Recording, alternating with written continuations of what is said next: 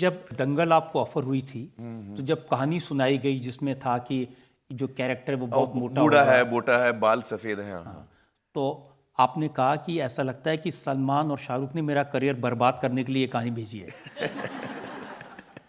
आप सही कह रहे हैं। मैंने मजाक में ये कहा था, लेकिन वो मजाक है। मैंने उनसे पूछा, डायरेक्टर प्रोड्यूसर आए थे, तो मैंने कहा ये आप लोगों को ये कहानी भेजी है इसके, मैं इस वक्त मेरी धूम 3 उसी वक्त रिलीज हुई थी, पीके शायद रिलीज हो गई थी। तो मैंने कहा नितेश जी से, मैंने कहा नितेश जी इस वक्त क्या है, लोगों को बड़ी गलत फहमी है, उनको लगता है मैं 30-35 का हूँ, उनको मेरी असली एज पता नहीं है। और आप जो फिल्म बना रहे हैं ना, अगर मैं वो कर लूँ तो मेरी असलियत उनके सामने आ जाएगी, उनको रियलाइज हो जाएगा कि ये एक्चुअली 55 का है, ये बूढ़ा आदमी है भाई, 4 बेटियों का बाप, ऐसे जो कैरेक्टर है फिल्म के अंदर।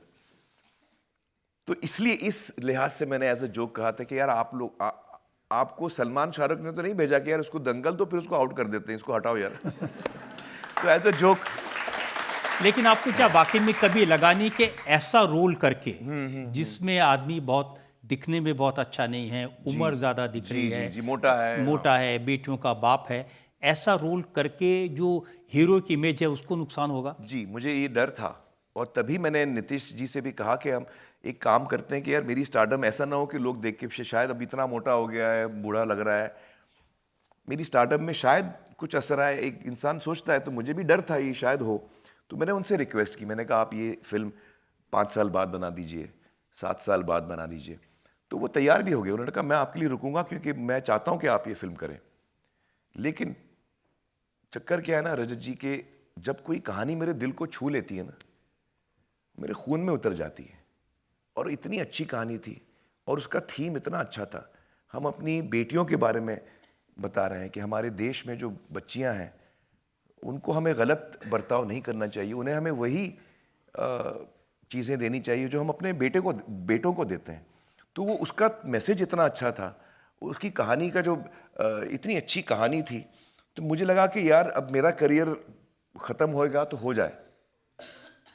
डर था मुझे, ऐसे नहीं है कि डर नहीं था, लेकिन वो मेरे लिए इतनी ज़रूरी चीज़ हो गई थी कि मैं ये फिल्म करूं। वो मैं दीवाना हो गया था उस कहानी के लिए, वो मेरे खून में, जैसे मैं कह रहा हूँ ना, मेरे खून में उतर गई थी वो कहानी। तो मुझे करनी ही करनी थी। तो मैंने फिर नितेश जी को दोबारा बुला के बोला देखिए 5 साल 7 साल भूल जाइए, हम फौरन शुरू करते हैं। लेकिन जब आप किसी रोल के दीवाने हो जाते हैं तो क्या करते हैं? आशुतोष गोवारिकर के साथ जब लगान कर रहे थे जी आप, जी जी। तो वो आपसे कहते थे कि सुबह शेव करके आओ, हाँ। और आप कहते थे नहीं करूंगा। अरे हमारे बड़ी बहस हुई उस पर। आप लोग खुद बताइए, फिल्म बन रही है जिसमें हम ये कहानी बता रहे हैं कि वहां पानी नहीं है, और ये बंदा रोज सुबह शेव करके आ रहा है।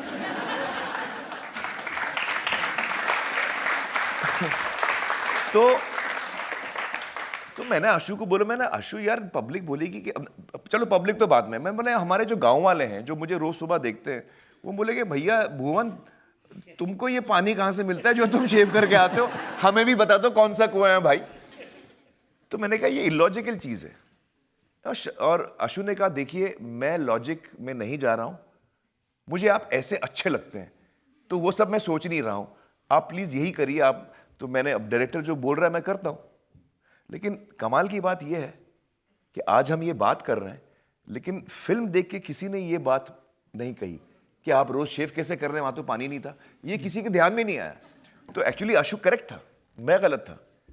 ही सेड आप लॉजिकली देख रहे हो, आप लॉजिकली मत देखो, मैं चाहता हूं कि भुवन एक ऐसा लगे मेरे लिए। तो उसमें भी मैंने थोड़ी चीटिंग की। तो मैं क्या करता था, मैं सुबह सुबह शेव नहीं करता था क्योंकि फिर वो एकदम ज्यादा चिकना लगता हूं मैं। तो मैं क्या करता था कि मैं रात को शेव करता था ताकि अगले दिन सुबह तक 12 घंटे निकल जाएं, तो थोड़ा सा एक उसमें वो एकदम क्लीन ना हो। तो इतना मैं करता था कि, तो आपको अच्छा दिखने का बिल्कुल शौक नहीं है? नहीं, मुझे किरदार दिखने का शौक है, जो मेरा किरदार है, जो कहानी की रिक्वायरमेंट है, जो एज अ क्रिएटिव पर्सन मेरा एक्साइटमेंट होता है कि आप जब मुझे अगली बार देखें आपको लगे कि ये अलग आदमी है यार, ये पिछली फिल्म में तो ऐसा था, अभी ऐसा है। निकुम सर ऐसा था, इतना संवेदनशील, ये 3 इडियट्स में एकदम अलग हो गया, पीके में एकदम अलग हो। आपको लगना चाहिए यार ये क्या है, ये कौन सा जादू है, ये आदमी क्या क्या, ये मैं चाहता हूं। तो मैं हमेशा, मेरी कोशिश रहती है कि मैं उस किरदार में एकदम खो जाऊं और समा जाऊं, तो लोग जब मुझे देखें तो वो आमिर खान ना देखें, उनको लगे ये महावीर फोगाट है, बस।